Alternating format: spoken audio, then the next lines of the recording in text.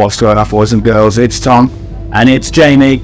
Welcome to the Chronicles of Podcast. The Chronicle of 2003, 2023.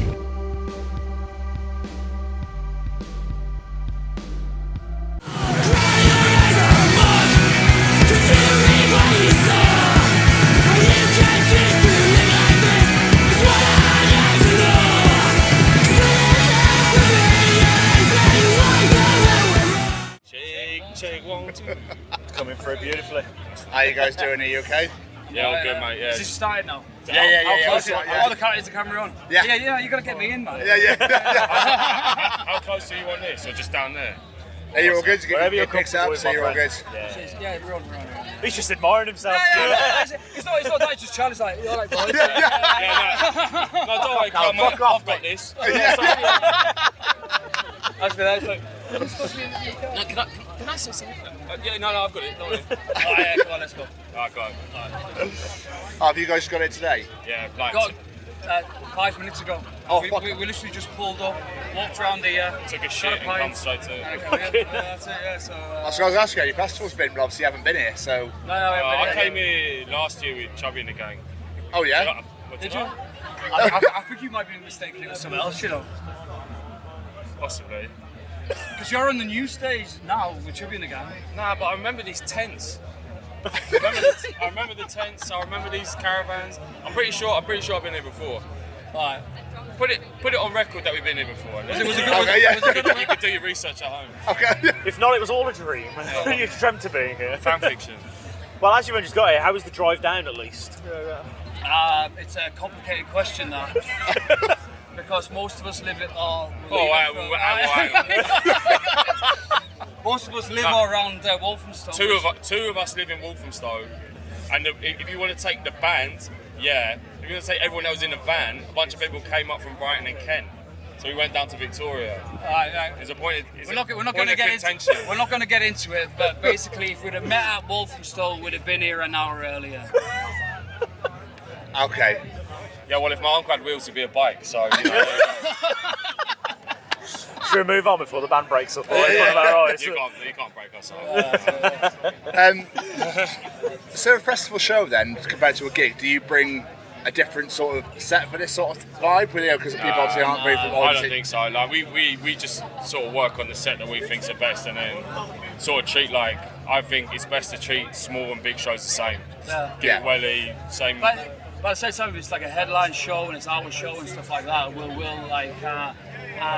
create it to suit what we're doing at that time. A bit more songs or something. But if it's like a festival show or for like a support act on a show or something like that, we'll keep it for a new audience, if anything. Yeah, what percentage of the crowd didn't know who the Chisel are? I reckon quite a few, but it's like 99%. 99.9%. Yeah, and that's 1% too small, you know. Whilst you're here, is there anybody else you're going to be checking out, or? We wanted to see Fleshwater and Koyo as well, but they're playing right this second. And High Vis are our boys, but they're already done. So we want to see the catering, but that's done as well, isn't it? No, that's 5 till 7. That was it. 5 till 7, and we play at 5:10. So let's see how that goes as well. Straight into catering. Job done. So we love talking to bands at festivals because we feel like festivals have such a family feel to them. Like everyone just gets along. Like we've just met you guys 3 minutes ago. We've had a great laugh already. Granted, we've almost broke the band up, but we've had a great laugh. As a band, when you're playing festivals, do you feel that looking out on the crowd, being like, yes, this is one big Chisel family right here? I mean, I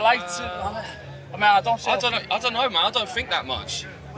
Just in general. I just sort of To be honest, if we play festivals like this, especially in the sunshine and stuff like that, and look out across the crowds, and you can see that not many people have probably have heard of us before and stuff like that. And I'll see some little kids, and I'll see some older guys, and I'll see some families and that.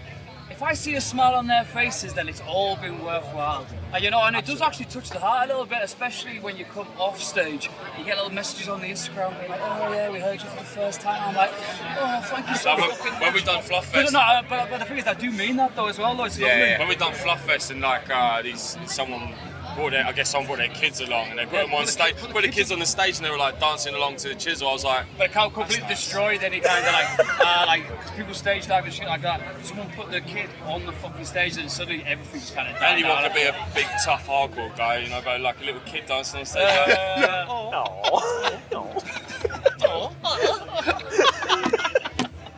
I feel like singing about happy things now. Cheer me right up.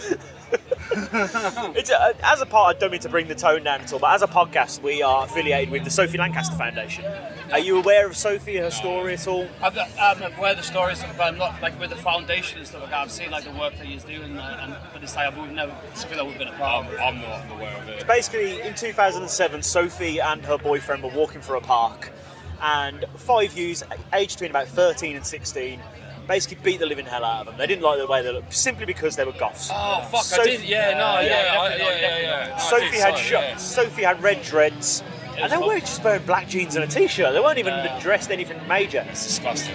And Sophie lost her life from this. And her mum's basically mission in life, then she set up the foundation, was to make sure that the people in the alternative community were protected, because it's not classed as a strand of hate crime, and it should be, because they were attacked and beaten because of that, and it still happens today. We spoke to a little girl out the tent yesterday, day before, who literally it happened to. Like, she was beaten. We interviewed an artist yesterday. It happened to her a couple of weeks ago. You know, it's still happening today. Is this something you guys have ever dealt with in your personal lives, been treated differently? Like when I was in like secondary school, high school, whatever, I was like a sort of like spiky hair punk, like you know, like patches and you know whatever, just a kid or whatever. But I used to get grief all the time. I got jumped on the way to shows like many a time. Like I remember like I grew up in West London, Acton, and we used to hold like not Battle of the Bands, but a sort of similar thing where it was just like kids in fucking secondary school, year 10s or whatever, doing like, and it wasn't like a punk show, it was just like an alternative show, you know, like where like grunge band, fucking something sounded like, I don't know, like UK 82 band, heavy hardcore band. It was all just playing because we were just all into like all alternative stuff. And even that, like there was a night one there where people like attacked the show, you know, just because they were like it was in the middle of like a kind of like quite a rough like block, and people would just like attack the show just because they were just like, who the fuck all these weird looking people here, you know? So like I feel that, you know, like, you know, it's shit. Shit, like I don't know, what's the phrase? I think it's like as you get older, especially, it's like it seems to be like a lot. It feels like it's more acceptable, but I think it's more because we all get older at the same time. So you don't really like see it firsthand. But at the end of the day, it was like, especially when we were younger, and that a mosher was a mosher, and like, it was like, and if you adhered to any kind of alternative stuff like that, you were getting fucking singled out, especially. Absolutely. But it brings you like not to like. I mean, this is a small consolation. Because obviously, like someone's lost their life and shit. You don't want to be like, oh, but you know. That's awful, but it's like it does bring people together, you know. Like when you do see people, like when I see someone on the fucking street and they're wearing a Bad Brains t-shirt or something, I will be like. I remember being on the tube and seeing someone in like a hardcore hoodie, and he was on fucking holiday with his fucking. And it's like, why that's fucking Chubby in the Gang making that fucking racket. He's fucking playing. Turn your fucking. It's just fucking It's your guitar players. Yeah, it's fucking shit. Snack. Mama, say hello to the camera. Hello. That's how you say hello in French. Jambe, this is Mama. Bonjour. That's in France. C'est pour qui You ça? can call it that. What's that for?